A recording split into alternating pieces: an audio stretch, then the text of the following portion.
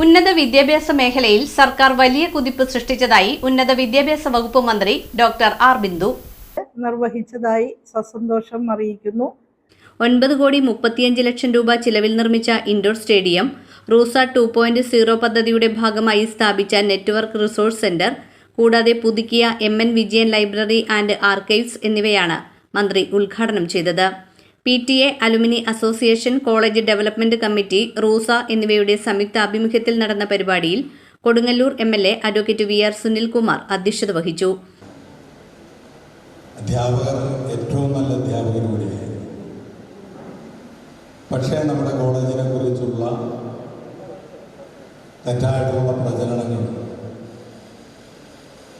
അതോടൊപ്പം തന്നെ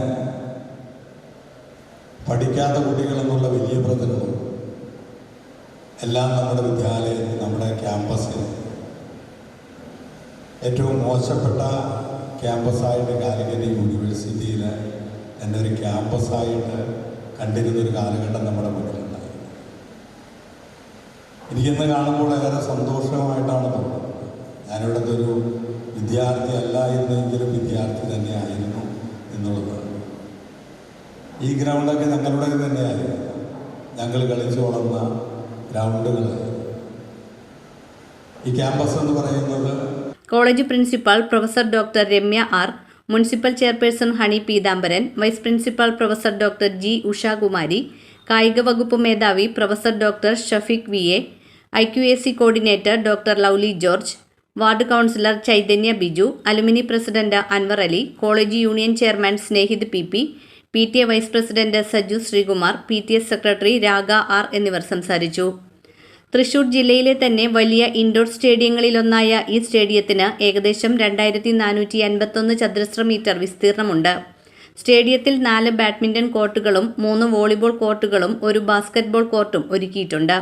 ഇതുകൂടാതെ table tennis, boxing, judo, wrestling, karate തുടങ്ങി വിവിധ ഇൻഡോർ കായിക ഇനങ്ങളിൽ പരിശീലനവും മത്സരങ്ങളും നടത്താൻ ആവശ്യമായ സൗകര്യങ്ങളും ഒരുക്കിയിട്ടുണ്ട്.